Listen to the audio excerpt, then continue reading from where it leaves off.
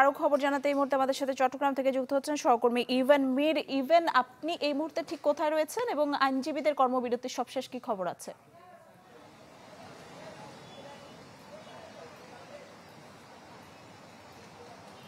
আইনজীবীদের কর্মবিরতি সেটি চলছে, আজকে পুরো দিনই চলবে।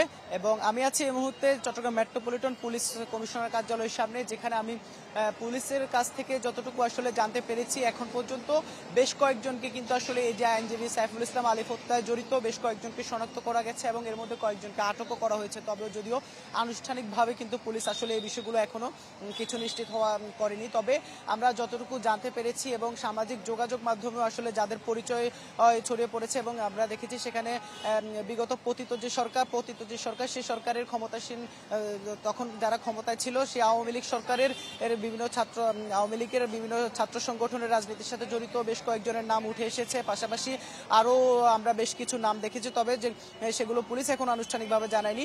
আর এছাড়া বিজিসি ট্রাস্ট বিশ্ববিদ্যালয় এক শিক্ষার্থী যাকেও শনাক্ত করা গেছে এবং তাকে কিন্তু ইতোমধ্যে গতকালকে কিন্তু বিশ্ববিদ্যালয় কর্তৃপক্ষ বহিষ্কার করেছে।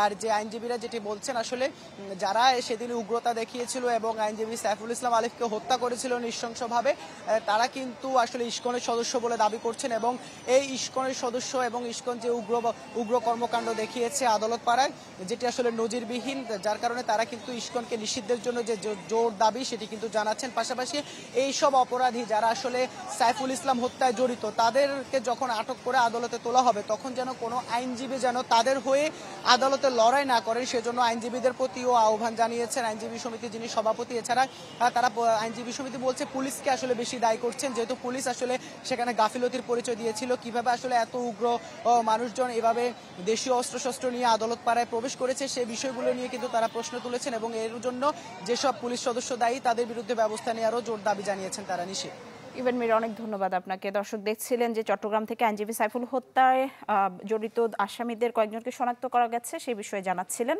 ইভেন মির। ব্রেকফাস্ট, টিফিন কিংবা স্ন্যাক টাইমে মজাদার আয়োজন মানে অল টাইম ব্রেড।